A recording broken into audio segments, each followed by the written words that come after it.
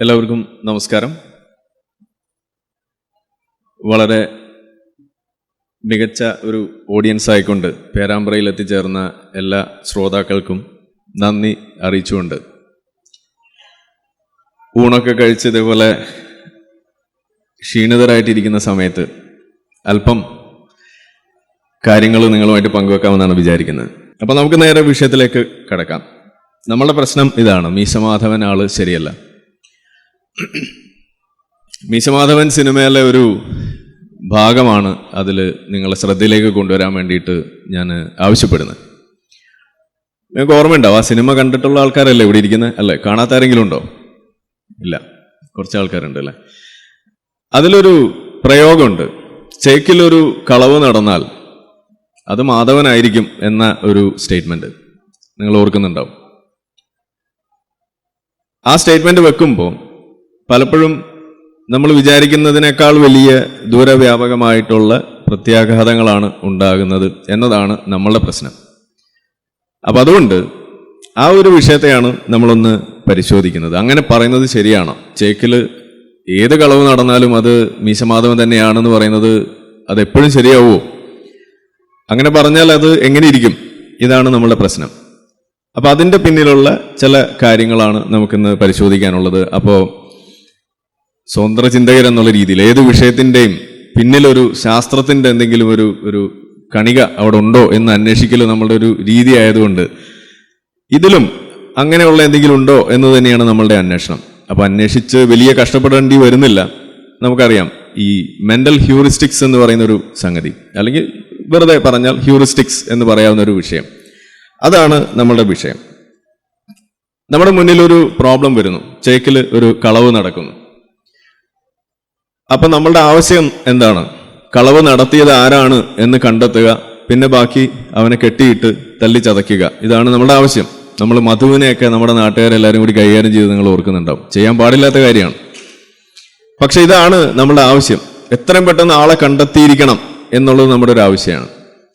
അപ്പൊ അതേപോലെ ഏതൊരു പ്രോബ്ലം വന്നു കഴിഞ്ഞാലും അതിന് പിന്നിൽ എന്താണ് എന്നുള്ളത് കണ്ടെത്തുക.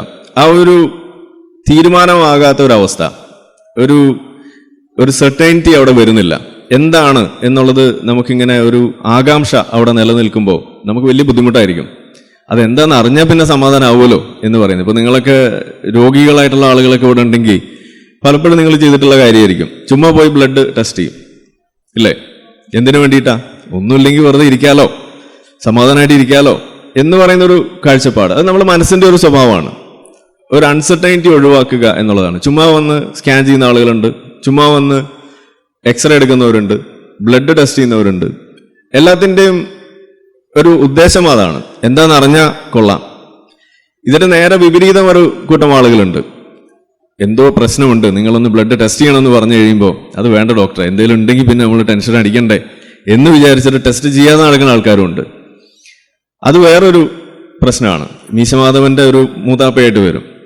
അതെന്ന് പറഞ്ഞു കഴിഞ്ഞാൽ ഓസ്ട്രിച്ച് ബയസ് എന്ന് പറയും, ഒട്ടകപ്പക്ഷി ബയസ്. അതായത് നമ്മൾ തല മണലിൽ നിന്ന് പുറത്ത് വെച്ച് സംഗതികൾ കണ്ടാലാണല്ലോ പ്രശ്നമുള്ളൂ. അപ്പൊ കാണാതിരിക്കാൻ എന്ത് ചെയ്യും? തല താഴേക്ക് അങ്ങ് പൂഴ്ത്തും, മണലിലേക്ക് അങ്ങ് പൂഴ്ത്തും. അപ്പൊ കണ്ണടച്ചിരിക്കും. അപ്പൊ നമുക്ക് എന്താണെന്ന് അറിയാതിരുന്നു കഴിഞ്ഞാൽ സമാധാനമാണ്. അപ്പോൾ എന്താണെന്ന് അറിഞ്ഞില്ലെങ്കിൽ ഒരു സമാധാനക്കേട്, എന്താണെന്ന് അറിഞ്ഞാൽ ഒരു സമാധാനക്കേട്. ഇതെല്ലാം നമ്മുടെ നാട്ടിലുള്ള പ്രശ്നങ്ങളാണ്. ഇതെല്ലാം സൈക്കോളജിയിൽ വലിയ മേഖലകളാണ്, പഠിക്കുന്നതും റിസർച്ച് നടത്തിക്കൊണ്ടിരിക്കുന്നതുമായിട്ടുള്ള മേഖലകളാണ്. ആ ഒരു അവസരത്തിലാണ് ഈ ഒരു സംഗതിയെ നമ്മൾ എടുക്കുന്നത്. ഒരു എന്താണെന്ന് അറിയാതെ ഇരിക്കുമ്പോൾ ഉണ്ടാകുന്ന പ്രശ്നം, അതാണ് നമ്മളുടെ കുഴപ്പം. മറ്റേത് നമുക്ക് വേറൊരു അവസരത്തിൽ നമുക്ക് പറയാം. അപ്പോൾ അതിൻ്റെ ശാസ്ത്രത്തിലേക്ക് നമ്മൾ കിടക്കുമ്പോൾ ഇതാണ് ആ വാക്ക്, ഹ്യൂറിസ്റ്റിക്സ് എന്ന് പറയുന്നതാണ് അതിൻ്റെ വാക്ക്. അതുകൊണ്ടുള്ള ഗുണങ്ങൾ എന്ന് പറയാൻ നിങ്ങൾക്ക് വളരെ പെട്ടെന്ന് മനസ്സിലാക്കാവുന്ന കാര്യങ്ങളുള്ളൂ. പക്ഷെ അതിൻ്റെ ഡേഞ്ചേഴ്സ് മനസ്സിലാക്കാനാണ് പാട്. ഇത് പറഞ്ഞു കഴിയുമ്പോൾ നിങ്ങൾക്ക് തന്നെ തോന്നിയിട്ടുണ്ടാവും, ഇത് എനിക്കും സംഭവിച്ചിട്ടുണ്ടല്ലോ, ഇത് ഈ അമളി എനിക്കും പറ്റിയിട്ടുണ്ടല്ലോ എന്നൊക്കെ ചിലപ്പോൾ നിങ്ങൾക്കും തോന്നിയേക്കാം. പറഞ്ഞു കഴിയുമ്പോൾ ഒരു ധാരണ കിട്ടുമെന്ന് വിചാരിക്കുന്നു. അപ്പോൾ അതെന്താണെന്നൊന്ന് അറിയണം നമുക്ക്. അതുകൂടാതെ എവിടെയൊക്കെയാണ് അത് സംഭവിക്കുന്നതെന്നുള്ളതിനെ കുറിച്ച് നമുക്ക് അറിയേണ്ടതുണ്ട്. അതും കൂടാതെ എന്തിനാണ് നമ്മൾ ശ്രദ്ധ കൊടുക്കുന്നത് എന്നുള്ളത് നമുക്കൊന്ന് അറിയണം. പിന്നെ എന്തൊക്കെയാണ് ഇതുകൊണ്ടുള്ള പ്രശ്നങ്ങൾ എന്നുള്ളതും നമുക്കറിയണം. ഈ ഒരു സബ്ജക്റ്റ് ഇത് പ്രസന്റ് ചെയ്യാൻ നമുക്ക് വഴി വെച്ചത് എന്തെന്ന് ചോദിച്ചു കഴിഞ്ഞാൽ, കളമശ്ശേരിയിൽ നടന്ന ആ ഒരു സ്ഫോടനം നിങ്ങൾക്ക് എല്ലാവരും അറിയുന്നതായിരിക്കും അല്ലെ. ഈ സ്ഫോടനത്തിന്റെ വാർത്ത ഒക്ടോബർ 29, 2023 അവിടെ വന്നപ്പോ ഉടനെ തന്നെ എന്താ നിങ്ങളുടെ മനസ്സിൽ വന്നത്? ഇതില് ഈ ബോംബ് സ്ഫോടനത്തിന്റെ പിന്നിൽ ഒരു ഐസിസ് തീവ്രവാദി ആയിരിക്കും, അല്ലെങ്കിൽ അങ്ങനെ ഒരു ഇസ്ലാമിക തീവ്രവാദി ആയിരിക്കും എന്ന് മനസ്സിൽ നിങ്ങൾ, തെറ്റായിക്കോട്ടെ ശരിയായിക്കോട്ടെ, പക്ഷെ നിങ്ങളുടെ മനസ്സിൽ അങ്ങനെ ഒരു ചിന്ത വന്നിട്ടുള്ള ആളുകൾ ഇവിടെ എത്ര പേരാണ്? സത്യസന്ധമായിട്ടൊന്ന് കൈവയ്ക്കുക. ഓരോ കൈവയ്ക്കാൻ മതി കേട്ടോ. ഓക്കെ, അപ്പോ ഇവിടുത്തെ ഒരു ഭൂരിപക്ഷം ആളുകളും മനസ്സിലത് വന്നു. ഇതാണ് അതിന്റെ പ്രശ്നം. അതൊരു യഹോവ സാക്ഷി അതിൽപ്പെട്ട ഒരാളാണ്, അതിൽ നിന്ന് പുറത്തു വന്ന് അതിനോട് എതിർപ്പുള്ള ഒരാളായിരിക്കും അത് പൊട്ടിച്ചത് എന്ന് ചിന്തിച്ച എത്ര ആൾക്കാരുണ്ട് ഇവിടെ? അതും ചിന്തിച്ച ആളുണ്ടോ? കൊള്ളാലോ. ശരി, ഇതൊരു സനാതന ധർമ്മ തീവ്രവാദിയായിരിക്കും എന്ന് വിചാരിച്ചത് ആരെങ്കിലും ഉണ്ടോ? അല്ലെങ്കിൽ നമുക്ക് ചീത്തപ്പേരാണ് കേട്ടോ, ഒരാളെങ്കിലും പൊക്കണം. ഓക്കെ, അതില്ല. വേറെ ഇതുപോലെ ഇതിലൊന്ന് പെടാത്ത ആരെങ്കിലും ആയിരിക്കും എന്ന് ചിന്തിച്ചത് ആരെങ്കിലും ഉണ്ടോ? വല്ല കുക്കർ പൊട്ടിയതായിരിക്കും, അതല്ലെങ്കിൽ വല്ല പടക്കം പൊട്ടിയതായിരിക്കും. ഓക്കെ, ഒരാളുണ്ട്. ആ ഒരു എന്താ പറയാ, അനുകമ്പയെങ്കിലും സനാതനയോട് കാണിക്കേണ്ടതായിരുന്നു. പോട്ടെ. പക്ഷെ ഇവിടെ നമ്മൾ കണ്ടത് എന്താണ്? ഭൂരിപക്ഷം ആളുകൾ കൈവക്കിയത് ഇതാണ്. അപ്പൊ നമ്മുടെ ചോദ്യം ഇതാണ്, നമ്മളുടെ നാട്ടില് ഇങ്ങനെ ആളുകൾ ചിന്തിച്ചപ്പോ നമ്മളിവിടെ കണ്ടത് എന്താ? ഇങ്ങനെ ചിന്തിച്ച ആളുകളെ മുഴുവൻ ചീത്ത പറയുന്നു, ഇങ്ങനെ ചിന്തിച്ച ആളുകളെ മുഴുവൻ മോശക്കാരായിട്ട് ചിത്രീകരിക്കുന്നു, ഇങ്ങനെ ചിന്തിച്ച ആളുകൾക്ക് മുഴുവൻ മുസ്ലിം വിരുദ്ധതയാണെന്ന് പറഞ്ഞു വരുത്തുന്നു, ഇങ്ങനെ ചിന്തിച്ച ആളുകൾ മുഴുവൻ ഇസ്ലാമോഫോബിക്കാണെന്ന് പറഞ്ഞു വരുത്തുന്നു. അത് ശരിയല്ല എന്നതാണ് ഒന്നാമത്തെ ഒരു കാര്യം. എന്തുകൊണ്ട് ശരിയല്ല എന്നുള്ളതാണ് നമ്മളിവിടെ എക്സ്പ്ലെയിൻ ചെയ്യാൻ പോകുന്നത്. അതിലൊന്നാമത്തെ കാരണം, ഇങ്ങനെ ഒരു സ്ഫോടനം ഉണ്ടായപ്പോൾ അത് ഒരു ഐസിസ് തീവ്രവാദി ആയിരിക്കും എന്ന് ചിന്തിക്കാനുള്ള എല്ലാ വകുപ്പും ഈ ചേക്കിലുണ്ട് എന്നതാണ്. കാരണം ഈ ചേക്കിൽ കളവ് സ്ഥിരമായിട്ട് നടത്തിക്കൊണ്ടിരിക്കുന്നത് മീശമാധവനായതുകൊണ്ട് ഇപ്പൊ നടന്ന കളമശ്ശേരിയിൽ നടന്ന ആ മോഷണത്തിലും അതിൻ്റെയും ഉത്തരവാദി മീശമാധവനാകാനുള്ള എല്ലാ സാധ്യതയുണ്ട് എന്ന് ചിന്തിക്കുന്നതിൽ തെറ്റ് പറയാൻ പറ്റുമോ? തെറ്റാകാം, പക്ഷെ തെറ്റ് പറയാൻ പറ്റുമോ അങ്ങനെ ചിന്തിക്കുന്നതിൽ എന്നതാണ് നമ്മളെ ചോദ്യം. ഇപ്പോ വേറെയും സ്ഫോടനങ്ങളൊക്കെ ഉണ്ടായിട്ടുണ്ടല്ലോ, ഇത് നമുക്ക് വിടാം, കാരണം ഒരെണ്ണം മാത്രം പറയുമ്പോൾ പ്രശ്നമാണ്. ഇത് 2021 സമാനമായ സ്ഫോടനം, ഇതൊരു ക്വാറി പ്രദേശത്ത് വെച്ചുണ്ടായതാണ്. ശിവമോഗ എന്ന് പറയുന്ന സ്ഥലത്ത്, കർണാടകയിൽ 2021 സംഭവിച്ചതാണ്. 6-7 പേര് അന്ന് അവിടെ കൊല്ലപ്പെട്ടു. ഇത് ക്വാറിയിൽ വെച്ചാണ് സംഭവിച്ചത്. സ്വാഭാവികമായിട്ട് ആദ്യം ചിന്ത വന്നത് ക്വാറിയിൽ പടക്കം, അവിടെ വെടിമരുന്ന് കൈകാര്യം ചെയ്യുന്ന സ്ഥലമാണ്, എന്തെങ്കിലും അപകടമായിരിക്കും എന്നാണ് അവിടെ ചിന്തിച്ചത്. ഇത് സ്ഫോടനം ഉണ്ടായ സമയത്ത് ഇതൊരു ഐസിസ് തീവ്രവാദ ആക്രമണമാണെന്ന് ആരും ചിന്തിച്ചിട്ടില്ല. അതും പറയണല്ലോ.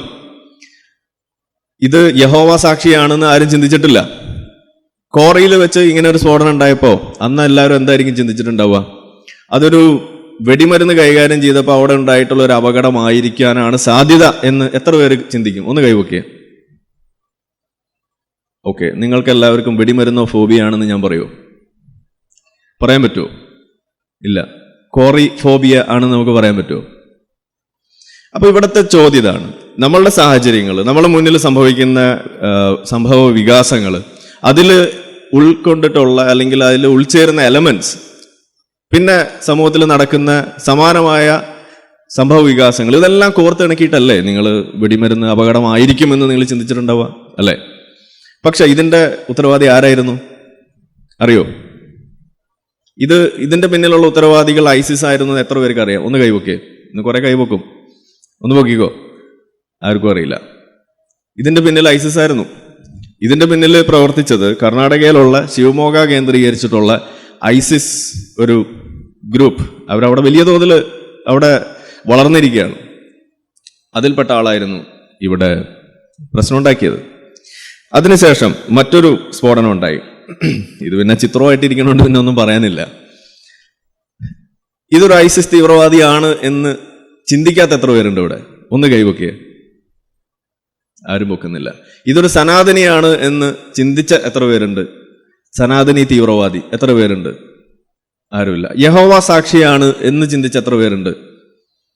ആരുമില്ല. ഇത് ഐസിസ് തീവ്രവാദി ആവാനാണ് സാധ്യത എന്ന് ചിന്തിച്ച എത്ര പേരുണ്ട്? ഉണ്ട്. എന്തുകൊണ്ടാണ് നിങ്ങൾക്ക് അങ്ങനെ തോന്നിയത്? ഇതിനു മുന്നേ ഇതുപോലെ പലതും കണ്ടിട്ടുണ്ട് എന്നത് തന്നെയാണ്. ഇവിടെ എന്താ സംഭവിച്ചതെന്ന് പറഞ്ഞു കഴിഞ്ഞാൽ, ശിവമോഗയിൽ നടന്ന ബ്ലാസ്റ്റും അതിനുശേഷം ഈ മാംഗ്ലൂരിൽ നടന്ന ബ്ലാസ്റ്റും ഇതെല്ലാം കണക്റ്റഡ് ആയിരുന്നു എന്നാണ് പിന്നീട് NIA കണ്ടെത്തിയത്. ഇതെല്ലാം ഒരേ ഐസിസിന്റെ ടീം അംഗങ്ങളാണ്. പലപ്പോഴായിട്ട് അവർ ഇത് ഉണ്ടാക്കുന്ന സമയത്ത് പൊട്ടിത്തെറിച്ചു. അത് ട്രാൻസ്പോർട്ട് ചെയ്ത് ഒരു അമ്പലത്തിന്റെ മുന്നിൽ സ്ഥാപിക്കാൻ വേണ്ടി ഓട്ടോറിക്ഷയിൽ അങ്ങാണ്ട് കൊണ്ടുപോകുന്ന സമയത്താണ് കുക്കറിലിരുന്ന് പൊട്ടിത്തെറിച്ചത്. ഇതാണ് അന്ന് അവിടെ സംഭവിച്ചത്. ഇനി അടുത്ത സ്ഫോടനം നടന്നത് ഇവിടെ രാമേശ്വരം കഫേ. ഇത് പൊട്ടിയപ്പോ ഇത് ഗ്യാസ് സിലിണ്ടർ പൊട്ടിയതാണ് എന്ന് എത്ര പേര് സംശയിച്ചു? ഒരു കഫേയാണ്, ഒരു റെസ്റ്റോറൻ്റ് ആണ്, അവിടെ ഗ്യാസ് സിലിണ്ടർ അവിടെ സ്വാഭാവികമായിട്ടും ഉണ്ടാകും, പൊട്ടിത്തെറിക്കുന്നു. ഇതൊരു അങ്ങനെയുള്ള ഒരു ഗ്യാസ് സിലിണ്ടർ സ്ഫോടനമാണ് എന്ന് ചിന്തിച്ച എത്ര പേരുണ്ട്? യെസ്, ഇത് ഐസിസ് ആക്രമണമായിരുന്നു എന്ന് ചിന്തിച്ച എത്ര പേരുണ്ട്? ആരുമില്ല. സനാതനിയുടെ കാര്യം ഞാൻ ചോദിക്കുന്നില്ല. യഹോവ സാക്ഷി? ആരുമില്ല. ഇപ്പൊ എന്താ ഇതിന്റെ അവസ്ഥ അറിയോ? ഇതിന്റെ പിന്നിൽ ആരാണെന്ന് നിങ്ങൾക്ക് അറിയോ? അറിഞ്ഞിരുന്നോ? വാർത്ത കണ്ടിരുന്നോ? ഇതിന്റെ പിന്നിലും ഒരു ഐസിസുകാരനായിരുന്നു എന്ന് മാത്രമല്ല, ഇതിൽ പിടിക്കപ്പെട്ട അയാളുടെ പേര് നിങ്ങൾക്ക് അവിടെ കാണാം. നല്ല അടിപൊളി പേരൊക്കെയാണ്.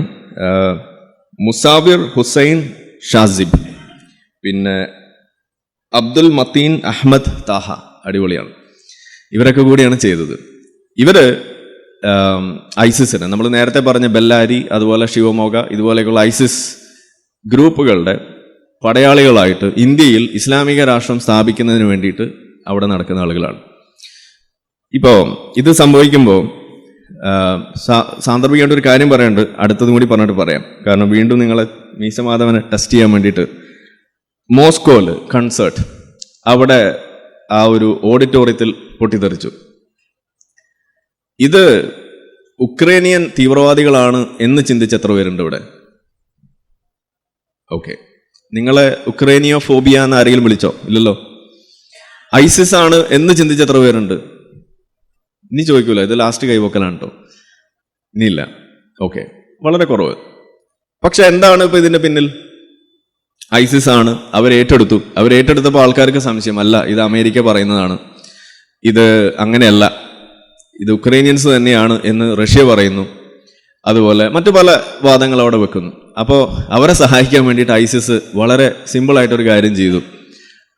അവരുടെ ഇപ്പോഴത്തെ സ്ഥിരം പരിപാടിയാണ്, ഇതുപോലെ ഇസ്ലാമിക തീവ്രവാദം നടത്തുന്ന സമയത്ത് ബോഡി ക്യാം ഉണ്ട്, ഈ ആക്ഷൻ ക്യാമറ മേത്ത് പിടിപ്പിച്ചിട്ടാണ് ഇപ്പോൾ പരിപാടിയൊക്കെ. അപ്പോൾ പരിപാടിയൊക്കെ കഴിഞ്ഞ് വീട്ടിൽ പോയിട്ട് അത് നേരെ ടെലഗ്രാം ഗ്രൂപ്പിലേക്ക് അപ്ലോഡ് ചെയ്യും. ഇനി ഞങ്ങളല്ലാന്ന് ആരും പറഞ്ഞേക്കരുത്, ഇതാണ് അവരുടെ ആവശ്യം. കാരണം ഇത് അവർക്ക് വലിയ ആവശ്യമാണ്. കാരണം അവർ ടെറർ ഗ്രൂപ്പാണ്. ടെറർ ഉണ്ടാകണമെന്നുണ്ടെങ്കിൽ എന്താ വേണ്ടത്? ആ ചെയ്തത് എങ്ങനെയെന്നും കൂടി കാണിക്കുക എന്നുള്ളതാണ് അതിൻ്റെ കാര്യം. കാരണം നമ്മൾ കണ്ടിട്ടുണ്ട് ഈ വീഡിയോ ടേപ്പ് എന്നൊക്കെ പറഞ്ഞ് ഇങ്ങനെ ഓറഞ്ച് ഡ്രസ്സിലൊക്കെ കൊണ്ടിരുത്തി ഇങ്ങനെ അള്ളാഹു അക്ബർ എന്നൊക്കെ പറഞ്ഞ് കഴുത്തിറക്കുന്നത് നിങ്ങൾ കണ്ടു കാണും. എൻ്റെ ഓർമ്മയില്ല, ഞാൻ കോളേജിൽ പഠിക്കുന്ന സമയത്ത് അന്ന് ഈ ഇൻ്റർനെറ്റ് ഒന്നുമില്ല. അപ്പോൾ ഈ MMS വഴി ഇതുപോലുള്ള ചില സാധനങ്ങൾ വരും. അങ്ങനെ വന്നിട്ട് ഈ ഇതുപോലൊരു കാഴ്ച ഐസിസ് ആണോ അൽഖ്വയ്ദയാണോ ആരാണോ എന്നറിയില്ല, എന്തായാലും ഇസ്ലാമിക തീവ്രവാദികളാണ്. അവരിതേപോലെ ലൈവായിട്ട് അള്ളാഹു അക്ബറും പറഞ്ഞിട്ട് ഒരാളെ കഴുത്തിറക്കുന്ന ഒരു വീഡിയോ കണ്ടു. അപ്പോൾ അതിൽ ആ ശബ്ദവും അതൊക്കെ കണ്ടിട്ട് 2 ദിവസം ഭക്ഷണം കഴിക്കാൻ പറ്റുന്നില്ല, ഉറക്കം കിട്ടുന്നില്ല. പിന്നെന്തോ നമ്മൾ ഹോമിയോ മരുന്ന് ഒക്കെ എടുത്ത് കഴിച്ചു. അങ്ങനെയൊക്കെ കഴിച്ചതിന് ശേഷമാണ് പിന്നെ അവിടുന്ന് ഒരു വിധം രക്ഷപ്പെട്ടെന്നാണ് നാട്ടിൽ പറയുന്നത്. പുറത്ത് പറയാറില്ല ഇപ്പം അധികം. എന്തായാലും ഈ PTSD എന്ന് പറയുന്ന ഒരു വിഷയമുണ്ട്, പോസ്റ്റ് ട്രോമ. ഇങ്ങനെയുള്ള കാഴ്ചകൾ കാണുക, അപകടങ്ങൾ കാണുക, ഇതൊക്കെ വന്നു കഴിഞ്ഞാൽ നമ്മളെ വല്ലാതെ ബാധിക്കും. അതിൻ്റെ ഭാഗമായിട്ട് നമുക്ക് ഇതുപോലുള്ള ഫങ്ഷണൽ ആയിട്ടുള്ള ഡിസ്റ്റർബൻസസ് ഉണ്ടായി കഴിഞ്ഞാൽ അത് വിതിൻ 72 hours തനിയെ മാറുന്നതാണ്. പക്ഷേ അതിൻ്റെ ഇടയിൽ ഞാൻ ഹോമിയോ മരുന്ന് കഴിച്ചതുകൊണ്ട് അത് 72 മണിക്കൂർ കൊണ്ട് മാറി എന്നതാണ് അതിൻ്റെ ശാസ്ത്രം. പക്ഷെ ഇവിടെ ചോദിക്കാൻ വന്നൊരു ചോദ്യം കൈവക്കാനല്ല, അത് ഈ ഒരു വിഷയം ഉണ്ടായപ്പോൾ ഐസിസ് ആണ് മോസ്കോയിലും പ്രശ്നം ഉണ്ടാക്കിയത് എന്ന് പറഞ്ഞപ്പോൾ ഒരു ചോദ്യം വരികയാണ്. ഇങ്ങനെ എല്ലാവർക്കും പണി കൊടുക്കുന്ന ടീമാണ് ഈ ഐസിസ് എന്നുണ്ടെങ്കിൽ എന്തുകൊണ്ടാണ് ഇസ്രായേലിനെതിരെ അവരൊന്നും ചെയ്യാത്തത് എന്നതാണ് ഒരു വലിയ ചോദ്യം. നിങ്ങൾ കേട്ട് കാണും. എന്തുകൊണ്ടാണ് ഐസിസ് ഈ ഇസ്രായേലിനെതിരെ ഫൈറ്റ് ചെയ്ത് അവരെ ഇതേപോലെ പോയി വെടിവെച്ചിടാത്തത്? നിങ്ങൾ ചിന്തിച്ചിട്ടുണ്ടോ? ഒറ്റ കാരണമേ ഉള്ളൂ. കാരണം എന്താണെന്ന് പറഞ്ഞു കഴിഞ്ഞാൽ, എന്താണോ ഐസിസ് ചെയ്യുന്നത് അത് ചെയ്യാൻ ഏൽപ്പിച്ചിട്ടുണ്ട് അത് അവിടെ ഭംഗിയായിട്ട് ഹമാസ് ചെയ്തുകൊണ്ടിരിക്കുകയാണ്.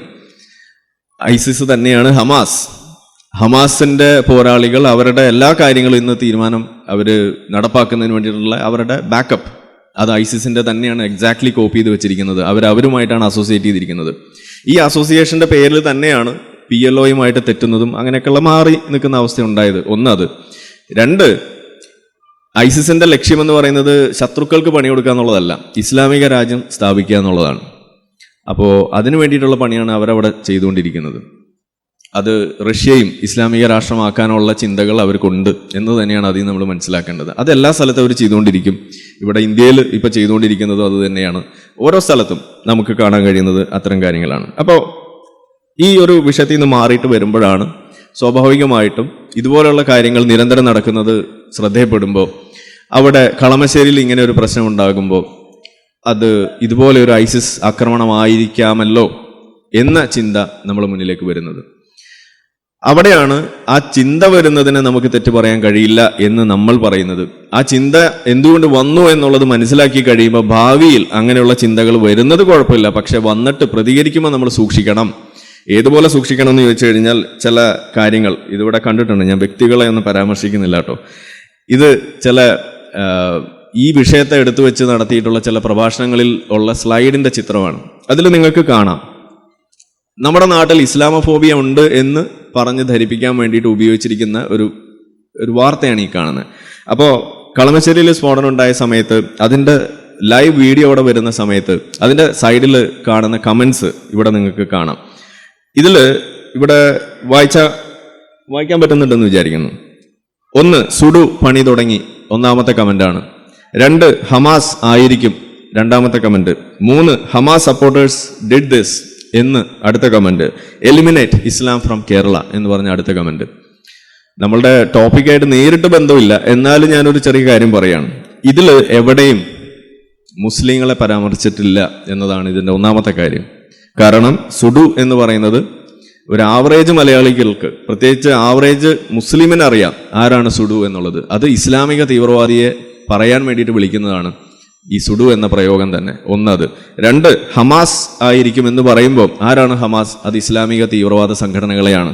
3, ഹമാസ് സപ്പോർട്ടേഴ്സ്, അത് ഇസ്ലാമിക തീവ്രവാദ സംഘടനയായ ഹമാസിനെ സപ്പോർട്ട് ചെയ്യുന്ന മുസ്ലിങ്ങൾ, അവരെയാണ് ഉദ്ദേശിച്ചിരിക്കുന്നത്. അവരും തീവ്രവാദ ചായ്വുള്ള ആളുകൾ എന്ന് തന്നെയാണ് നമ്മൾ വിളിക്കുക. ഇനി 4ാമത് പറഞ്ഞിരിക്കുക എലിമിനേറ്റ് ഇസ്ലാം ഫ്രം കേരള എന്ന് പറയുമ്പോൾ എലിമിനേറ്റ് സനാതന ധർമ്മ എന്ന് പറയാനുള്ള ഒരു സാധ്യതയും അവകാശവും ഇവിടെ നമ്മൾ വകവെച്ച് കൊടുക്കുമെങ്കിൽ എലിമിനേറ്റ് ഇസ്ലാം, എലിമിനേറ്റ് ക്രിസ്ത്യാനിറ്റി എന്നൊക്കെ പറയാനുള്ള സാധ്യതയും ഇതേ രാജ്യത്തുണ്ട് എന്ന് നമ്മൾ ആദ്യം അംഗീകരിക്കണം.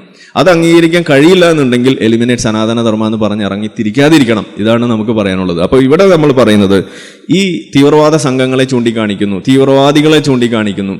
അങ്ങനെ ചെയ്യുന്ന ആളുകളെ മുഴുവൻ ഉടനെ പിടിച്ച് മുസ്ലിം ആക്കിക്കൊണ്ട്, അത് മുസ്ലിമിനെ വിമർശിക്കുന്ന എന്ന രീതിയിലേക്ക് ആക്കിക്കൊണ്ട് തീവ്രവാദികൾ തന്നെ മുന്നോട്ട് വെക്കുന്ന ഇസ്ലാമോഫോബിയ എന്ന് പറയുന്ന ആ ഇൻഡാസിന് കൂടുതൽ ബലമേകുന്ന പരിപാടിയാണ് സത്യത്തിൽ ഇവിടെ നടന്നുകൊണ്ടിരിക്കുന്നത്. അത് നമ്മൾ സൂക്ഷിക്കണമെന്നാണ് പറയുന്നത്. പക്ഷേ നമ്മളുടെ വിഷയം അതല്ല. ഈ സ്റ്റേറ്റ്മെന്റ്സ് എന്താണ്?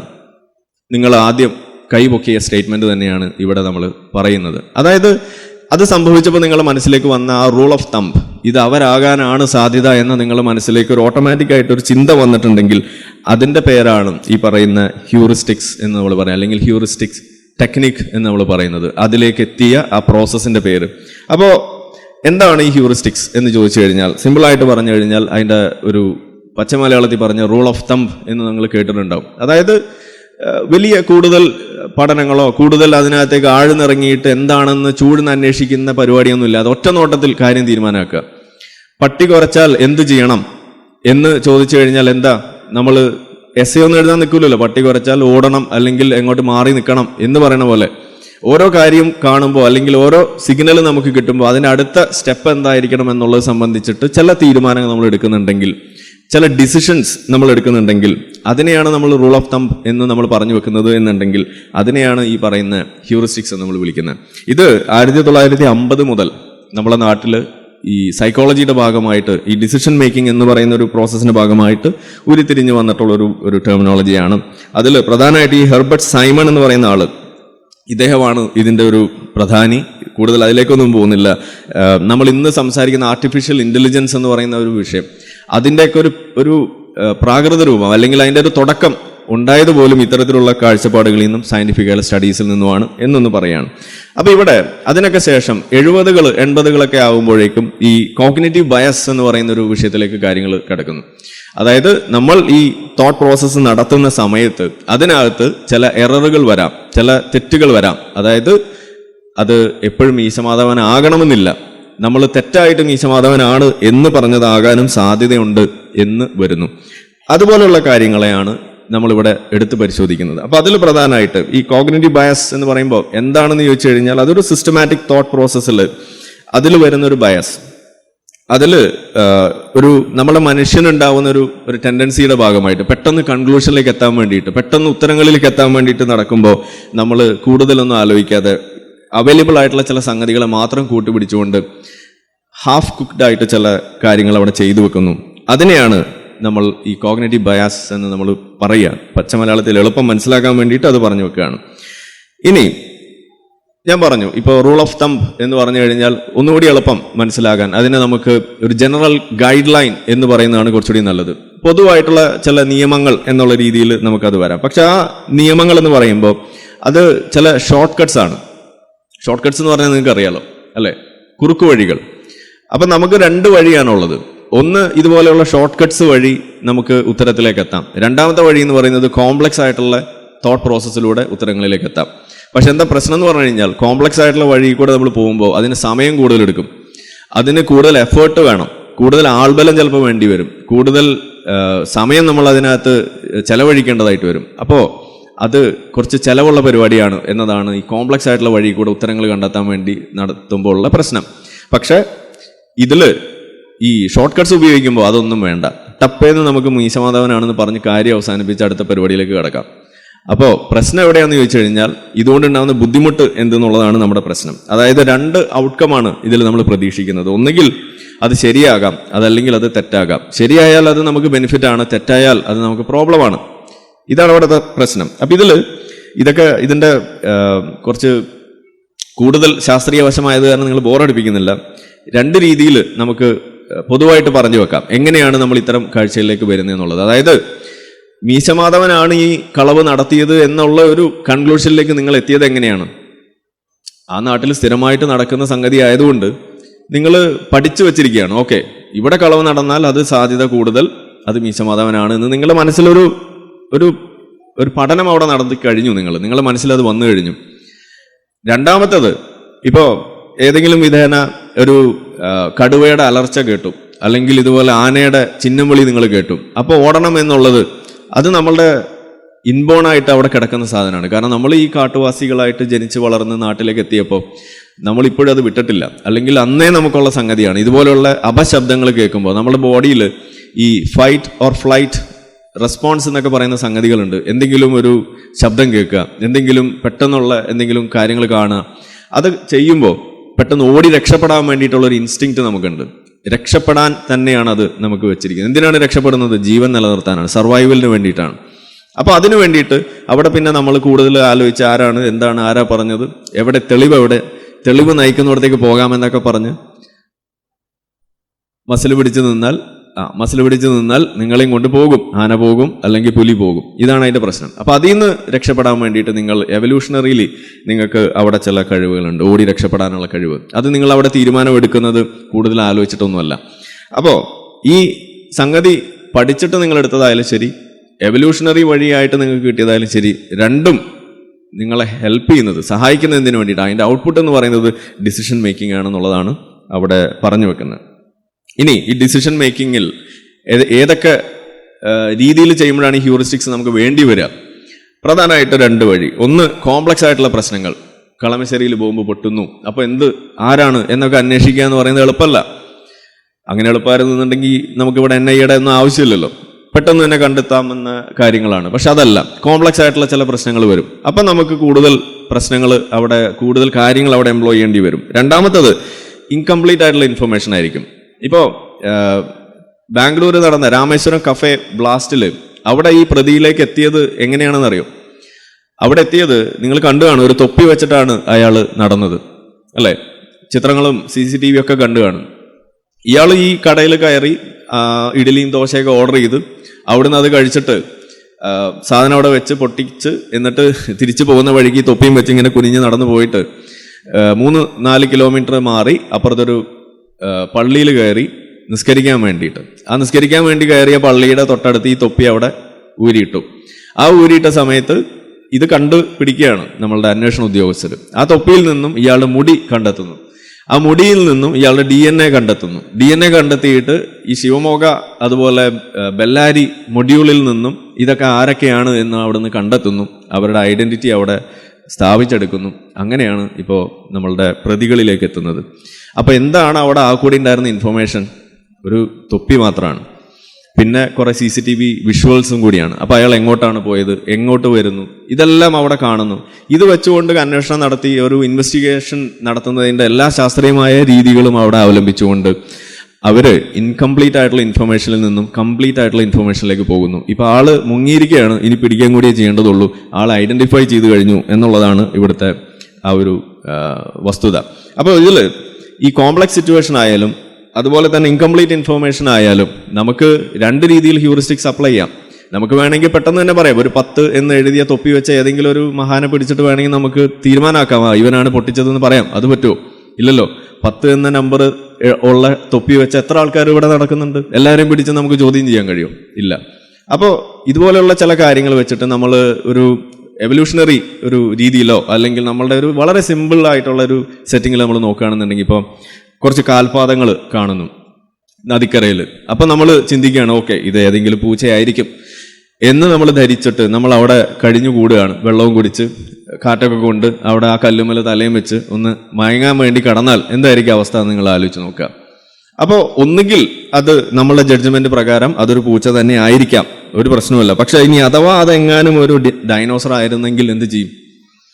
നമ്മളെയും കൊണ്ടുപോകും. ഇതാണ് പ്രശ്നം. നമ്മളൊന്നും ചെയ്യേണ്ട, ഡൈനോസർ ചെയ്തോളൂ, അല്ലെങ്കിൽ പുലി ചെയ്തോളൂ, അല്ലെങ്കിൽ സിംഹം ചെയ്തോളും എന്നതാണ് അവിടെ നമ്മൾ പറഞ്ഞു വെക്കുന്നത്. അപ്പോൾ അവിടെ എന്താ വരുന്നത്? കോംപ്ലക്സ് പ്രോബ്ലം ആകുമ്പോഴും അതുപോലെ തന്നെ ഇൻകംപ്ലീറ്റ് ഇൻഫർമേഷൻ ആകുമ്പോഴും അതിൽ നമ്മൾ എടുക്കുന്ന ആ ഒരു ജഡ്ജ്മെന്റ്, അതിലെ ഡിസിഷൻ അത് തെറ്റാം എന്നുള്ളതാണ് അവിടെ എപ്പോഴും ഉള്ള ഒരു സാധ്യത എന്ന് പറയുന്നത്. അതിനുള്ള സാധ്യത എത്ര, പ്രോബബിലിറ്റി എത്ര എന്ന് ചോദിച്ചു കഴിഞ്ഞാൽ 50-50 ആണ് എന്നുള്ളതാണ് നമ്മളുടെ പ്രശ്നം. ശരിയാവാനും തെറ്റാവാനുള്ള സാധ്യത തുല്യമാണ്. അപ്പം അങ്ങനെ വരുന്ന സമയത്ത് അത് ശരിയാക്കാനുള്ള സാധ്യതകൾ കൂട്ടണം. ഇതാണ് നമ്മളവിടെ ചെയ്തു വെക്കുന്നത്. അതിനാണ് ആധുനിക രീതിയിൽ നമ്മൾ കാര്യങ്ങൾ ചെയ്യാൻ വേണ്ടി ശ്രമിക്കുമ്പോൾ അതിൽ കൂടുതൽ ശാസ്ത്രീയമായിട്ടുള്ള മറ്റു വഴികളെയും കൂടി കൂട്ടുപിടിച്ച് CCTV, DNA സാമ്പിളിങ്, അതല്ലെങ്കിൽ മറ്റു രീതിയിലുള്ള കാര്യങ്ങൾ, ഇപ്പോൾ ഈവൻ നുണ പറയുന്നത്, നമ്മളെ നാർക്കോ അനാലിസിസ് വരെ നമ്മൾ ചെയ്തിട്ട് എല്ലാം കാര്യങ്ങൾ കണ്ടുപിടിക്കാൻ ശ്രമിക്കുന്നതൊക്കെ അതുകൊണ്ടാണ്. അപ്പോൾ ഇവിടെ പറഞ്ഞു വരുമ്പോൾ ഇതിൻ്റെ ബെനിഫിറ്റ്സ് അതുപോലെ തന്നെ ഇതുകൊണ്ടുള്ള പ്രോബ്ലം അതിനെക്കുറിച്ച് നമ്മൾ പറയുമ്പോൾ എന്താണ് അവിടെ സംഭവിക്കുന്നത്? ഈ ഒരു ക്ലൂ ഉപയോഗിച്ചുകൊണ്ട് നമുക്ക് കിട്ടിയ പാർഷ്യൽ ഇൻഫർമേഷൻ അതുപോലെ തന്നെ ഒരു കോംപ്ലക്സ് പ്രോബ്ലം അതിന് മുന്നിൽ വെച്ചിട്ട് നമ്മൾ എടുത്ത തീരുമാനം, ജഡ്ജ്മെന്റ്, അതല്ലെങ്കിൽ അത്തരം നമ്മൾ ഒരു വലിയ പ്രോബ്ലം നമ്മൾ സോൾവ് ചെയ്തു എന്നൊക്കെ വിചാരിച്ചിരിക്കുന്ന സാധനം എല്ലാം ശരിയായാൽ, അതായത് അതൊരു പൂച്ചയാണ് എന്ന് നമുക്ക് തിരിച്ചറിയാൻ കഴിഞ്ഞാൽ ഓക്കെ, ഒരു കുഴപ്പമില്ല. പക്ഷെ അത് പൂച്ചയല്ല എന്നുണ്ടെങ്കിലോ, ആ പൂച്ചയുടെ മാതിരി ഇരിക്കുന്ന ഒരു സിംഹമായിരുന്നു എന്നുണ്ടെങ്കിൽ എല്ലാം തെറ്റി. ഇതാണ് ഞാൻ നേരത്തെ പറഞ്ഞത്. അപ്പോൾ തെറ്റാനുമുള്ള സാധ്യത നമ്മളവിടെ മുൻകൂട്ടി കണ്ടിട്ടാണ് കാര്യങ്ങൾ അവിടെ തീരുമാനമാക്കേണ്ടത്. അതുകൊണ്ട് തന്നെ ഈ എറർ ഇൻ ജഡ്ജ്മെന്റ് എന്ന് പറയുന്ന ഒരു സംഗതിയാണ് ഇതിൻ്റെ ഇൻഹറൻ്റ് ആയിട്ട് വരുന്നൊരു പ്രോബ്ലം എന്ന് പറയുന്നത്. ഇതുപോലെയുള്ള ഈ ഹ്യൂറിസ്റ്റിക്സിന്റെ പിന്നാലെ പോയി കഴിയുമ്പോൾ, ഷോർട്ട് കട്ട്സ് എടുത്തിട്ട് നമ്മൾ തീരുമാനങ്ങളിലേക്ക് എത്താൻ വേണ്ടി ശ്രമിക്കുമ്പോൾ, പെട്ടെന്നൊരു ബോംബ് സ്ഫോടനം കിട്ടുമ്പോൾ, ഇപ്പോൾ ഇവിടെ ഒരു ബോംബ് പൊട്ടിയാൽ അത് എന്തുവാകാം, കുക്കറാകാം, അത് യഹോവ സാക്ഷിയാകാം, അത് സനാതന ധർമ്മം, ഇപ്പം നമ്മൾ ഇതുപോലെ മതത്തേക്ക് വിമർശിക്കുമ്പോൾ ആരും ആവല്ലോ, ഒരു ബ്രാഹ്മണ തീവ്രവാദിക്ക് വേണമെങ്കിൽ വന്ന് പൊട്ടിത്തെറിക്കാം, അല്ലേ? ഐസിസും ആകാം. ഇത്രയും നമ്മൾ പറയുന്നുള്ളൂ. പക്ഷെ അത് ശരിയാകാനും തെറ്റാകാനുള്ള സാധ്യത ഈക്വൽ ആണെന്നുള്ളതാണ് നമ്മളെ പ്രോബ്ലം. അപ്പോൾ അതുകൊണ്ട് നമ്മൾ സൂക്ഷിക്കണം എന്നുള്ളതാണ് നമ്മളവിടെ പറഞ്ഞു വെക്കുന്നത്. ആ ജഡ്ജ്മെന്റിൽ എറർ വരാനുള്ള സാധ്യതയുണ്ട് എന്നതാണ് പറഞ്ഞു വെക്കുന്നത്. അത് നമ്മൾ ശ്രദ്ധിച്ചില്ല എന്നുണ്ടെങ്കിൽ എന്താ സംഭവിക്കാന്ന് പറഞ്ഞു കഴിഞ്ഞാൽ, ശരിയാണ്, അത് ആ വ്യക്തികളിലേക്ക് അനാവശ്യമായിട്ടുള്ളൊരു ഭീതി പടർത്തുന്നതിനും അവരെ ഈ ഹെയ്റ്റിലേക്ക് കൊണ്ടെത്തിക്കുന്നതിനും അവരെ ആ വിഷയത്തിൽ വിശ്വാസത്തിലെടുക്കാതെ നമ്മൾ ആ രീതിയിൽ കൈകാര്യം ചെയ്യുമ്പോൾ ഒരു പ്രോബ്ലം അവിടെ ഉണ്ട്. അപ്പോൾ നമ്മളൊക്കെ ഇപ്പോൾ സത്യം പറഞ്ഞാൽ ഇപ്പോൾ എക്സ് മുസ്ലിം എന്നൊക്കെ പറഞ്ഞിട്ട് ഇത് സംഭവിക്കുമ്പോൾ, ഇപ്പോൾ ഇന്നലെയും ഒക്കെ നമ്മൾ പോസ്റ്റ് ഇട്ടു. നിങ്ങൾ ഓർക്കുന്നുണ്ടോ ഹൈത്തമിയുമായിട്ട് നടന്ന സംവാദത്തിൻ്റെ ഇടയിൽ ഒരു സ്റ്റേറ്റ്മെന്റ് പറഞ്ഞത്? അതായത് നമ്മൾ ഇവിടെ ഇങ്ങനെ ഇരിക്കുമ്പോൾ ഇവിടെ ഒരു ബോംബ് പൊട്ടാനുള്ള സാധ്യതയുണ്ട് പൊട്ടിയിട്ടുണ്ട്, അങ്ങനെ പൊട്ടിയതാണ് ലോകത്തിലുള്ള മാതൃകകൾ. അപ്പം അതുകൊണ്ട് അത് തടയാൻ നമുക്ക് സാധിക്കണം. എങ്ങനെയാണ് അത് സാധിക്കുക? അതായത് ഇത്തരം ആശയങ്ങളിൽ അടിപ്പെട്ടുകൊണ്ട് അത് അവരുടെ തലച്ചോറിനെ ബാധിച്ച് അതിൻ്റെ ഒരു ഭാഗമായിക്കൊണ്ട് ഇതുപോലെ തീവ്രവാദ പ്രവർത്തനങ്ങളിലേക്ക് പോകുന്നത് ആര് തന്നെ ആയാലും ഏതു തന്നെ ആശയമായാലും അതിനെ തടുക്കാൻ നമുക്ക് കഴിയണം. മതാത്മകമായ ചിന്തകളിൽ നിന്നും ആളുകളെ തടുക്കാൻ നമുക്ക് കഴിയണം എന്ന് പറയുന്നത് അതുകൊണ്ടാണ്. അന്ന് പക്ഷേ ഹൈതമി നിഷേധിച്ചു, അങ്ങനെയൊന്നുമില്ല എന്ന് പറഞ്ഞു. പക്ഷെ ഇന്നലെ നമ്മൾ എന്താ കണ്ടത്? റഷ്യയിൽ എന്താ കണ്ടത്? സൽമാൻ റുഷ്ദിക്ക് എന്താണ് കണ്ടത്? അതുപോലെ ഏത് സ്ഥലത്ത് ഇപ്പോൾ യഹോവ സാക്ഷി എന്താണ് അവിടെ ചെയ്തു വെച്ചത്? ഇവിടെ ബാംഗ്ലൂരിൽ നമ്മൾ എന്താ കണ്ടത്? അപ്പോൾ എവിടെ നോക്കിക്കഴിഞ്ഞാലും ഇതുപോലെയുള്ള കാര്യങ്ങൾ നമുക്ക് കാണാൻ കഴിയുന്നു എന്ന് തന്നെയാണ് ഒരു വിഷയം. ഇനി ഇതെല്ലാം പറയുമ്പോഴും അപ്പോഴും ഒരു ചോദ്യം വരാം. അതായത് എന്തിനാണ് അപ്പോഴും ഈ ഇസ്ലാമിക തീവ്രവാദ സംഘടനകളെ മാത്രം ഇങ്ങനെ എടുത്തു പറയുന്നത് എന്ന ചോദ്യം വരും. ഈ 2024 ഗ്ലോബൽ ടെററിസം ഇൻഡെക്സ് എടുത്ത് നോക്കിക്കഴിഞ്ഞാൽ ലോകത്ത് അതിൽ 2 കണക്കുകൾ, ശ്രദ്ധേയമായിട്ടുള്ള കണക്കുകളുണ്ട്. ഒന്ന്, top 4 deadliest terrorist organisations in the world. ലോകത്തെ ഏറ്റവും ഡെഡ്ലി ആയിട്ടുള്ള 4 ടെററിസ്റ്റ് ഓർഗനൈസേഷൻ്റെ എണ്ണം എടുത്ത് കഴിയുമ്പോൾ 4 എണ്ണം എടുത്താൽ 4-ൽ 4 ഇസ്ലാമിക് ടെറർ ഓർഗനൈസേഷൻസ് ആണ്. അതുപോലെ ഈ ടെറർ അതിൻ്റെ ഭാഗമായിക്കൂടെ ഭീകരവാദ പ്രവർത്തനങ്ങൾ നിലനിൽക്കുന്ന ആദ്യത്തെ 15 രാജ്യങ്ങൾ നിങ്ങൾ എടുക്കുക. അതിലേക്ക് താഴേക്ക് പോയാലും അത് തന്നെയാണ്. പക്ഷേ തൽക്കാലം നമ്മൾ 15 രാജ്യം എടുക്കുന്നു. ആ 15-ൽ 15ഉം ഇസ്ലാമിക് ടെറർ തന്നെയാണ് അവിടുത്തെ പ്രശ്നം ഉണ്ടാക്കുന്നത്. ഇനി ഒരു ഡെഡ്ലിയസ്റ്റ് ആയിട്ടുള്ള 20 terrorist attacks that happened in 2023 2023 നടന്നിട്ടുള്ള ഭയാനകമായ ഏറ്റവും അധികം ആളുകളെ കൊന്നുതള്ളിയ ടെറർ ആക്ടിവിറ്റീസ് അതിനെ നമ്മളെടുത്ത് പരിശോധിക്കുമ്പോൾ 20 എണ്ണം എടുത്തു കഴിയുമ്പോൾ 20-ൽ 20ഉം ഇസ്ലാമിക് ടെറർ ആക്ടിവിറ്റീസ് ആണ്. ഇതൊന്നും നമ്മൾ വെറുതെ പറയുന്നതല്ല, ഈ ഗ്ലോബൽ ടെറർ ഇൻഡെക്സിന്റെ അടിസ്ഥാനത്തിൽ പറയുന്നതാണ്. അതുകൊണ്ടാണ് നമ്മൾ ഈ ഇസ്ലാമിക് ടെററിനെ ഒരു പടി മുകളിൽ കയറ്റി വെച്ചുകൊണ്ട്, ഇസ്ലാമിക തീവ്രവാദത്തെ 2 പടി മുകളിലേക്ക് കയറ്റി വെച്ചുകൊണ്ട് അതിന് കഴിയാവുന്ന ഇടത്തിലെല്ലാം എതിർക്കുന്നത് എന്നാണ് ഈ പറഞ്ഞു വെക്കുന്നത്. ഇനി വേറൊരു വശം കൂടിയുണ്ട്. എന്നാലും നമുക്കിവിടെ സംഘപരിവാറിനെയും വിമർശിക്കണ്ടേ എന്നൊക്കെ ചോദിക്കും. വിമർശിക്കണം, അതിലൊരു തെറ്റുമില്ല, ചെയ്യേണ്ടത് തന്നെയാണ്. പക്ഷെ ഞാൻ പറയുന്നത്, ഇനിയിപ്പോൾ അഥവാ നിങ്ങൾക്ക് ഒരു സംഘപരിവാർ പേടി കലശലായിട്ട് പിടികൂടി എന്ന് വിചാരിക്കുക, നിങ്ങൾക്ക് വളരെ സിമ്പിളായിട്ട് അതിൽ നിന്നും രക്ഷപ്പെടാം. എന്താണത് ആ വഴി?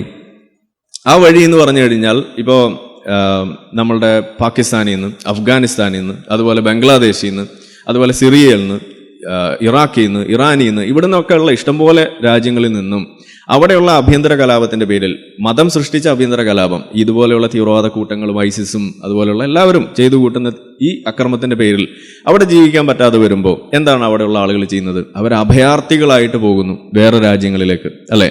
അതാണ് അവർ ചെയ്യുന്നത്. നിങ്ങൾക്ക് സംഘിയിൽ നിന്നും രക്ഷപ്പെടാൻ ഒരു വഴി വേണമെന്നുണ്ടെങ്കിൽ സംഘിയില്ലാത്ത രാജ്യങ്ങൾ എണ്ണി നിങ്ങൾ കഷ്ടപ്പെടില്ല. ഇന്ത്യ ഒഴിച്ച് വേറെ ഒരു സ്ഥലത്തും ആ സാധനം ഇല്ല എന്ന് തന്നെയാണ് ഞാൻ പറയാം. അതുകൊണ്ട് നിങ്ങൾക്ക് രക്ഷപ്പെടാൻ എളുപ്പമാണ്.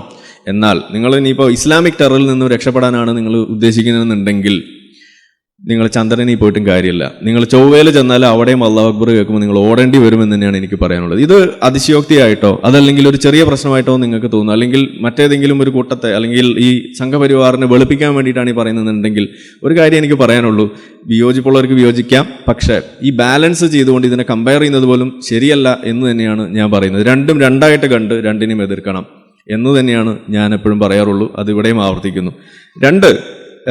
ഈ ഒരു പ്രോബ്ലം, നമ്മൾ ഇങ്ങനെയുള്ള ഡിസിഷൻ മേക്കിങ്ങിലേക്ക് പോകുന്ന സമയത്ത് അവിടെ ഒരു കാര്യം ഞാൻ പറഞ്ഞു വെക്കുന്നത്, ഇത്തരത്തിലുള്ള ഈ ഹ്യൂറിസ്റ്റിക്സ്, ഷോർട്ട് കട്ട്സ് നമ്മൾ എടുക്കുമ്പോൾ അതിൻ്റെ ഒരു കുഴപ്പം, നമ്മൾ ആ കൺക്ലൂഷനിലേക്ക് എത്തിയിട്ട് നമ്മൾ ആ ഡിസിഷൻ മേക്കിങ്ങിലേക്ക് വന്നു കഴിഞ്ഞിട്ട് പിന്നെ നമ്മൾ കയ്യും കെട്ടിയിരിക്കുന്നു എന്നുള്ളതാണ് അതിൻ്റെ ഏറ്റവും വലിയ കുഴപ്പം. അതും ചെയ്യാൻ പാടില്ല. അഥവാ നിങ്ങളുടെ കംഫർട്ടിൽ നിങ്ങൾ അങ്ങനെ ഒരു ഡിസിഷൻ എടുത്താലും എപ്പോഴും പുതിയ എന്തെങ്കിലും തെളിവുണ്ടോ, പുതിയ എന്തെങ്കിലും കാര്യങ്ങൾ അതിൽ വരാനുണ്ടോ എന്ന് ചിന്തിച്ചിട്ട് അതിനകത്ത് ഒരു റൂം അവിടെ ഒഴിച്ചിടണം, ഇമ്പ്രൂവ് ചെയ്യാൻ എന്നുള്ളതാണ് അതിൻ്റെ ഒരു പ്രധാനപ്പെട്ട വശം. അതും കൂടി നമ്മൾ ഓർക്കണം എന്നുള്ളതാണ്. ഇനി മറ്റ് ചില വശങ്ങളിലേക്ക് കിടക്കുക, തീവ്രവാദമല്ലാത്ത കുറച്ച് കാര്യങ്ങൾ കൂടി പറയാം ഒരു ആശ്വാസത്തിന്.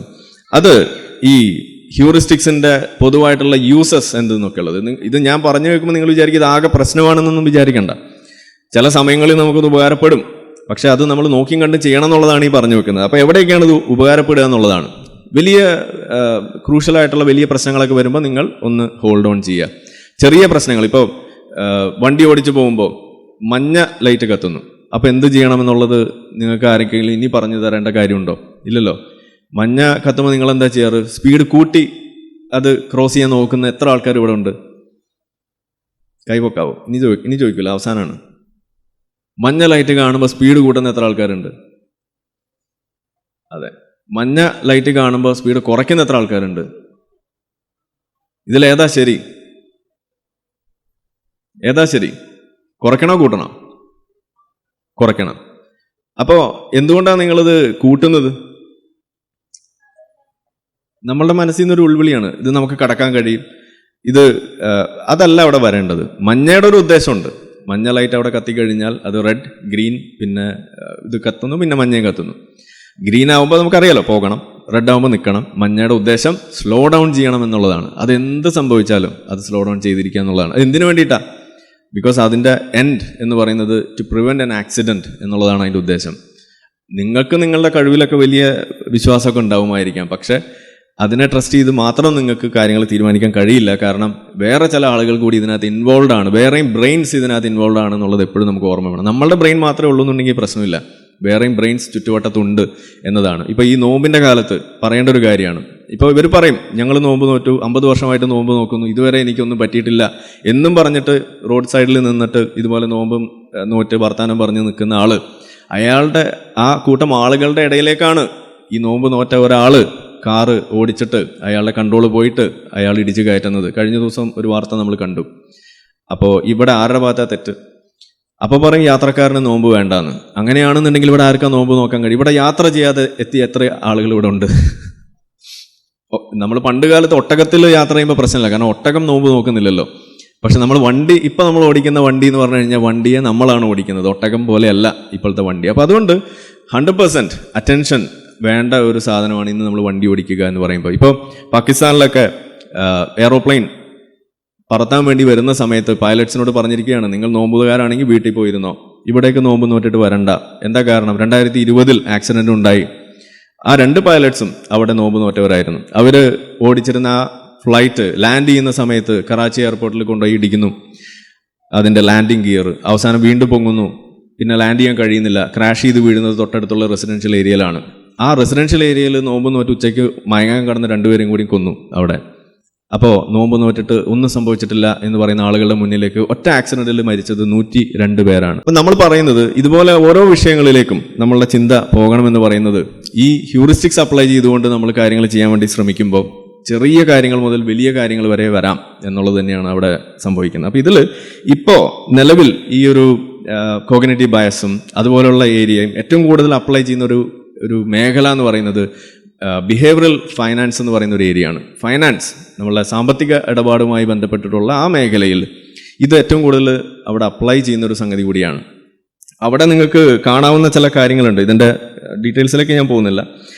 ഈ ബിഹേവിയറൽ ഫൈനാൻസിൽ ഏറ്റവും കൂടുതൽ പഠനങ്ങൾ നടക്കുന്നത് ആളുകൾ ഈ റിസ്ക് എടുക്കാൻ വേണ്ടിയിട്ട് ശ്രമിക്കുന്നു ഈ സ്റ്റോക്ക് മാർക്കറ്റിൽ, അതുപോലെ മ്യൂച്വൽ ഫണ്ടിൽ, ഇതുപോലുള്ള കാര്യങ്ങളിൽ. അതിൻ്റെ ഭാഗമായിക്കൊണ്ട് അവർ വലിയ നഷ്ടങ്ങൾ ഉണ്ടാക്കി വെക്കുന്ന ഒരു പ്രവണത നിങ്ങൾ ശ്രദ്ധയിൽപ്പെട്ടിട്ടുണ്ട്. നഷ്ടം വന്നിട്ടുള്ള ആളുകൾ ഇവിടെ ഉണ്ടാവും.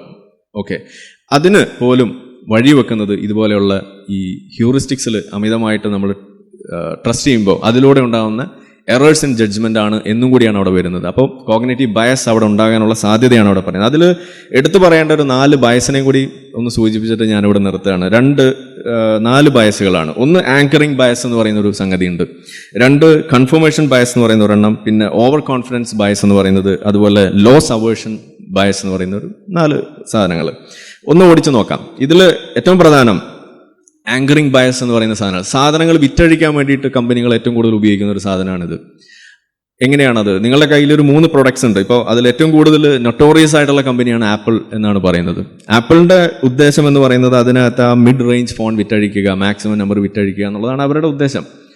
പക്ഷെ അവർ വില കൂടിയ ഒരു 2 പ്രൊഡക്റ്റ് വേറെയും ഇറക്കും. അപ്പോൾ ആളുകളുടെ കണ്ണാദ്യം പോകുന്നത് അതിലേക്കാണ്. അതെടുക്കാൻ പറ്റില്ല, ഓക്കെ എന്നാ വേണ്ട, അതിൻ്റെ താഴെയുള്ളത് എടുത്തേക്കാം എന്ന് പറഞ്ഞിട്ട് അവരതെടുക്കുന്നു. അവരുടെ മനസ്സിലുള്ള ചിന്ത എന്താണ്? ഇത്രയും ചിലവായില്ലല്ലോ, ഇത്രയും ലാഭിച്ചല്ലോ എന്നാണ് അവരുടെ മനസ്സിലേക്ക് വരുന്നത്. സത്യത്തിൽ അവിടെ എന്തെങ്കിലും ലാഭിച്ചോ? കാരണം കമ്പനിയെ സംബന്ധിച്ചിടത്തോളം അവർക്ക് വിറ്റഴിക്കേണ്ട സാധനം അവർക്ക് വിറ്റുപോയിട്ടുണ്ട്. ഈ വാങ്ങിക്കാൻ വന്ന ആളെ സംബന്ധിച്ചിടത്തോളം ചിലപ്പോൾ അവൻ വേറെ ഏതെങ്കിലും ഫോൺ എടുക്കാനോ സാധനം വാങ്ങിക്കാനോ ആയിരിക്കും പോയിട്ടുണ്ടാവുക. പക്ഷെ അവനെ കൊണ്ട് അതിൽ നിന്നും മുകളിലേക്ക് പേ ചെയ്യിച്ചുകൊണ്ട് ഇതിൽ നിന്ന് ഒരെണ്ണം തിരഞ്ഞെടുക്കാൻ വേണ്ടി അവനെ പ്രേരിപ്പിച്ചത് എന്താണ്? ഇതിലെ ഏറ്റവും ടോപ്പിൽ കിടക്കുന്ന വില കൂടിയ സാധനമാണ്. അപ്പോൾ ആ പ്രൈസിലേക്ക് ഇവൻ്റെ ചിന്ത അവിടെ തളച്ചിടുന്നു, ആങ്കർ ചെയ്ത് വെക്കുന്നു. എന്നിട്ട് അതിൽ കുറഞ്ഞതിനെ നമ്മൾ എടുക്കുന്നു എന്ന് വരുന്നിടത്ത് ആണ് ആളുകൾ ഇതുപോലെയുള്ള തന്ത്രങ്ങളിൽ വീണു പോകുന്നത്. മാർക്കറ്റിംഗ് തന്ത്രങ്ങൾ എന്ന് മെനയുന്നത് ഇങ്ങനെയാണ്. അത് മോശമാണെന്നല്ല പറയുന്നത്, ഇതൊക്കെയാണ് അവരവിടെ ഉപയോഗിക്കുന്നത്. നമ്മളുടെ ഇതുപോലുള്ള ചിന്തകളെ, മീശമാധവനെ ഇതുപോലെയൊക്കെയാണ് ആളുകൾ ദുരുപയോഗം ചെയ്യുന്നത് എന്നുള്ളതാണ്. പിന്നെ കൺഫർമേഷൻ ബയസ് എന്ന് പറയുന്ന സംഗതി. നമ്മൾ ചില തീരുമാനങ്ങളൊക്കെ എടുത്തിട്ടുണ്ടാവും, നമ്മൾ ചില കാര്യങ്ങളിലൊക്കെ ചില ജഡ്ജ്മെൻറ്റ്സും വെച്ചിട്ടുണ്ടാവും. അവൻ അങ്ങനെയാണ്, ഇവൾ അങ്ങനെയാണ്, അങ്ങനെ പല തീരുമാനങ്ങളും നിങ്ങൾ എടുത്ത് കാണും. എന്നിട്ട് അത് സ്ഥാപിക്കുന്നതിന് വേണ്ടിയിട്ട് അതിനുള്ള തെളിവുകൾ തപ്പി നടക്കും. അതാണോ നമ്മളെ രീതി? അല്ല. നമ്മളെന്താ പറയൽ, തെളിവ് നയിക്കുന്നിടത്തേക്ക് പോകണം എന്നല്ലേ നമ്മൾ പറയുന്നത്. പക്ഷെ പലപ്പോഴും നമ്മൾ ചെയ്യുന്നത് എന്താണ്, നമ്മളൊരു സ്ഥലത്ത് എത്തി നിൽക്കും, എന്നിട്ട് അതിനു വേണ്ട തെളിവുകൾ നമ്മൾ ഇതുപോലെ ഈ ചൂണ്ടയിട്ട് പിടിക്കുന്ന പരിപാടി, അതുതന്നെയാണ് ഇവിടെയും സംഭവിക്കുന്നത്. ഇതും നമ്മൾ ഫൈനാൻഷ്യൽ പ്ലാനിങ്ങിലും ഇതുപോലെയുള്ള ബിഹേവിയറൽ ഫൈനാൻസിൽ ഏറ്റവും കൂടുതൽ ചർച്ച ചെയ്യപ്പെടുന്ന ഒരു സംഗതിയാണ്. നാലാമത്തെ ഒരെണ്ണമാണ് ഈ ഓവർ കോൺഫിഡൻസ് ബയസ് എന്ന് പറയുന്ന ഒരു സാധനം. നേരത്തെ പറഞ്ഞു, മഞ്ഞ ലൈറ്റ് കത്തുമ്പോൾ നിങ്ങൾ ഓവർ സ്പീഡ് ചെയ്യുന്നതിൻ്റെ ഒരു കാരണം ഈ ഓവർ കോൺഫിഡൻസ് ആണ്. അത് പാടില്ല എന്ന് പറയുന്നത് അതുകൊണ്ടാണ്. ഓവർ കോൺഫിഡൻസ് വേണ്ട, നിങ്ങൾ കാൽക്കുലേറ്റ് ചെയ്യുക. അതിനൊരു ഉദ്ദേശമുണ്ട്. ആ ഒരു മഞ്ഞ ലൈറ്റ് അവിടെ ഘടിപ്പിച്ചിരിക്കുന്നത് ഒരുപാട് നാളത്തെ ഗവേഷണങ്ങൾക്കൊടുവിൽ അത് ഒരുപാട് അപകടങ്ങൾ കുറയ്ക്കും എന്നൊരു കണ്ടെത്തലിൻ്റെ ഒടുവിലാണല്ലോ. നമ്മളെന്താ വിചാരിക്കുന്നത്, എൻ്റെ ഡ്രൈവിംഗ് സ്കില്ലും എൻ്റെ കാല് കൊടുക്കാനുള്ള സ്കില്ലും അതിനോടൊപ്പം എൻ്റെ വണ്ടിയുടെ ഹോഴ്സ് പവറും സാധനമൊക്കെ ഇതിനേക്കാൾ മികച്ചതാണ് എന്നൊരു ചിന്തയും അവിടെ വെച്ചുകൊണ്ട് നമ്മൾ അതിനെ ഔട്ട് പെർഫോം ചെയ്യാൻ വേണ്ടി നോക്കുമ്പോഴാണ് ഈ പ്രശ്നം കൂടുതൽ കുഴപ്പത്തിലേക്ക് എത്തുന്നതും ആക്സിഡൻറ്റ്സ് ഉണ്ടാകുന്നതും എന്നാണ് പറയുന്നത്. അപ്പോൾ അതുകൊണ്ട് ഈ സാധനത്തെ നിങ്ങൾ സൂക്ഷിക്കുക. മറ്റൊരെണ്ണമാണ് ലോസ് അവേഷൻ എന്ന് പറയുന്നൊരു സംഗതി. ഇത് ചില റിസ്കുകൾ എടുക്കാനും ലോസ് ഉണ്ടാകും എന്ന് പേടിച്ചുകൊണ്ട് നമ്മൾ ചില കാര്യങ്ങൾ ചെയ്യാതിരിക്കുന്നു എന്നുള്ളതാണ് അതിലേറ്റവും പ്രധാനപ്പെട്ട കാര്യം. അത് അവിടെ സംഭവിക്കുന്നത് ഇത്തരത്തിലുള്ള ഇന്നോവേഷൻ എന്ന് പറയുന്നത് പുതിയതായിട്ടുള്ള കാര്യങ്ങൾ ടെസ്റ്റ് ചെയ്യുന്നതിനെ പോലും നമ്മൾ പിന്തിരിപ്പിക്കുന്നത് പലപ്പോഴും ഈ ഒരു സംഗതിയാണ്. ഇപ്പോൾ ഫൈനാൻഷ്യൽ പ്ലാനിങ്ങിൽ ഇപ്പോൾ മ്യൂച്വൽ ഫണ്ടിനെ കുറിച്ചൊക്കെ പറയുമ്പോൾ നമുക്കറിയാം, ഇന്ത്യയിൽ തന്നെ ഏറ്റവും കുറവ് ഈ SIP പോലുള്ള സാധനങ്ങൾ മ്യൂച്വൽ ഫണ്ടിൽ ഇൻവെസ്റ്റ് ചെയ്യുന്നത്, ഇതെല്ലാം ഏറ്റവും കുറവ് നിൽക്കുന്ന ഒരു സംസ്ഥാനമാണ് കേരളം എന്ന് പറയുന്നത്. എന്നാൽ ഏറ്റവും കൂടുതൽ ആട് മാഞ്ചിയം ഇതുപോലെയുള്ള തട്ടിപ്പുകൾ, MLM കമ്പനികൾ ഇതെല്ലാം വർക്ക് ചെയ്യുന്നത് എവിടെയാണ്? ഈ കേരളത്തിൽ തന്നെയാണ്. എന്താ ഇതിൻ്റെ കാരണം? കാരണം നമുക്ക് ശാസ്ത്രീയമായിട്ട് ഈ ഫൈനാൻഷ്യൽ മോഡലിൻ്റെ കൃത്യമായ എവിഡൻസിൻ്റെ അടിസ്ഥാനത്തിൽ വർക്ക് ചെയ്യുന്ന മ്യൂച്വൽ ഫണ്ടിൽ നമുക്ക് വിശ്വാസമില്ല. അതിലിട്ട കാശ് പോകുന്നതാണ്. പ്രത്യേകിച്ച് ഇവർ ഈ പരസ്യം കൊടുക്കുമ്പോൾ ആർക്കും മനസ്സിലാവാത്ത ഭാഷയിൽ എന്തോ പുളുപുളു എന്നൊക്കെ പറയുന്നത് നിങ്ങൾ കേട്ട് കാണും. ഇതും കൂടി കേട്ട് കഴിയുമ്പോൾ ആളുകൾ എന്തോ തെറ്റി, ഇതെന്തോ വലിയ പ്രശ്നമാണെന്നാണ് ആളുകൾ ധരിക്കുന്നത്. അത് പച്ച മലയാളത്തിൽ പറഞ്ഞു കൊടുത്താൽ ഓക്കെയാണ്, അത് ചെയ്യുകയല്ല.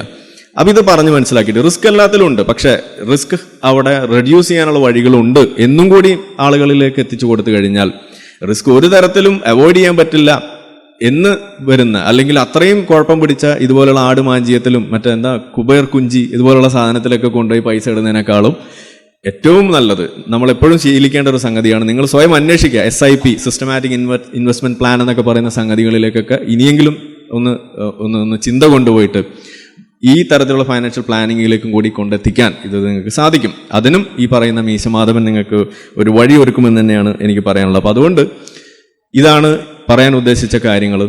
ഈ ഫൈനാൻഷ്യൽ പ്ലാനിങ് സംബന്ധിച്ചിട്ട് കുറേ നല്ല പ്രസൻറ്റേഷൻസ് നമ്മൾ എസൻസിൻ്റെ തന്നെ വേദിയിൽ സംസാരിച്ചിട്ടുള്ള ആളുകൾ ചെയ്തിട്ടുണ്ട്. പ്രവീൺ രവി, അതുപോലെ ഹരിദാസൻ, പിന്നെ അഭിലാഷ് കൃഷ്ണൻ, അങ്ങനെ ഒരുപാട് ആളുകൾ പറഞ്ഞിട്ടുള്ള വിശദമായിട്ടുള്ള അതിൻ്റെയൊക്കെ കാര്യങ്ങൾ എഴുതിയതും എല്ലാം അവിടെ കിടപ്പുണ്ട്.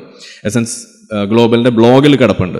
അതൊക്കെ ഒന്ന് വായിച്ച് കാര്യങ്ങൾ മനസ്സിലാക്കി പഠിച്ചു കഴിഞ്ഞാൽ കുറേ കൂടി എളുപ്പത്തിൽ നിങ്ങൾക്ക് മനസ്സിലാവും. അതുകൂടാതെ ഇഷ്ടംപോലെ അല്ലാതെയും റീസോഴ്സസ് ഉണ്ട്, നിങ്ങൾക്കത് അന്വേഷിക്കാം, പഠിക്കാം. ഇതുപോലെയുള്ള ചതിവുകളിൽ അതല്ലെങ്കിൽ ഇതുപോലെയുള്ള കുറുക്കു വഴികളിലൂടെ പോയിക്കൊണ്ട് വലിയ പ്രശ്നങ്ങളിൽ ചാടുന്നത്, അതിൽ നിന്നൊന്ന് വിട്ടു നിൽക്കാൻ ഇത് നിങ്ങളെ ഉപകാരപ്പെടുമെന്ന് വിചാരിക്കുന്നു. പ്രത്യേകിച്ച് ഇനി എവിടെയെങ്കിലും പൊട്ടുമ്പോൾ അത് യഹോവ സാക്ഷിയാണ് എന്ന് പറഞ്ഞ് നമ്മൾ ശീലിക്കണം. എപ്പോഴും അത് ISIS ആണ് എന്ന് പറയരുത് എന്നും കൂടി പറഞ്ഞുകൊണ്ട് നിർത്തുന്നു. നന്ദി. Thank you.